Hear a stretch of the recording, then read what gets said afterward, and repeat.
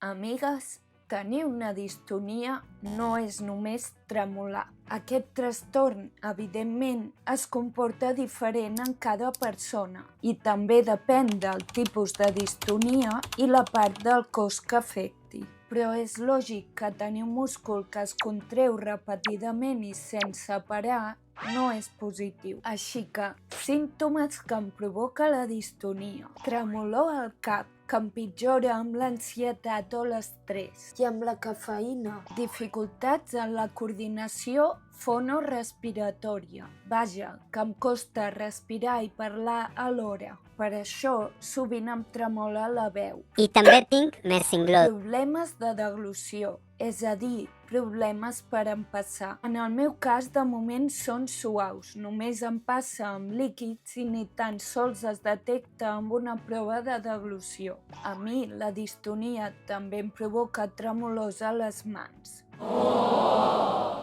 Problemes d'equilibri. El fet de no poder mirar recte de manera sostinguda em provoca més inestabilitat. Em costa vocalitzar i parlar ràpid. L'afectació és als músculs del coll, però també esquitxa tots els del voltant. De fet, això fa que de vegades i en algunes posicions em caigui la bava. Si tens algun dubte, me'l pots deixar a comentaris.